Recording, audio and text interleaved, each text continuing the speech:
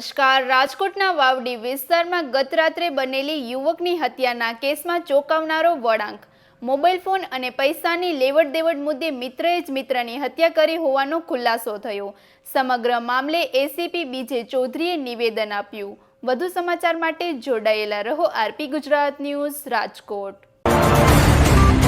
આજરોજ વહેલી સવારના લગભગ આશરે 3:30 વાગ્યાની આસપાસ વાવડી ગામ નજીક એક હત્યાનો બનાવ બનેલ, જેમાં મરણ જનાર દિનેશ શિવશંકર ચમાર રહે યુપીનો છે, તેમજ આરોપી તરીકે સંતોષ મનુદલાલ ચમાર તે પણ યુપીનો રહેવાસી છે. બંને એક જ મકાનમાં રહેતા હતા, ઓરડી ભાડે રાખીને રહેતા હતા અને બંને કારખાનામાં અલગ અલગ કારખાનામાં નોકરી કરતા હતા અને પૈસાની લેવડ દેવડ બાબતે આ બંનેને રકઝક થઈ, ગાળાગાળી થઈ અને પ્રથમ મારનારે આરોપીને માર મારેલ.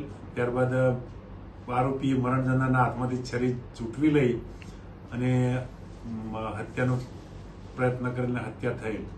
સાહેબ, શું પ્રાથમિક તપાસમાં કારણ સામે હત્યાનું?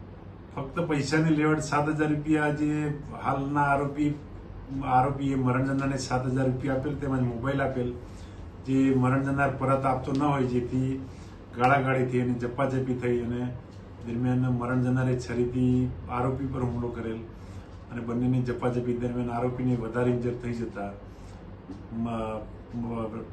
જે છે મરણ જનાર દિનેશ એ મરણ ગયેલ.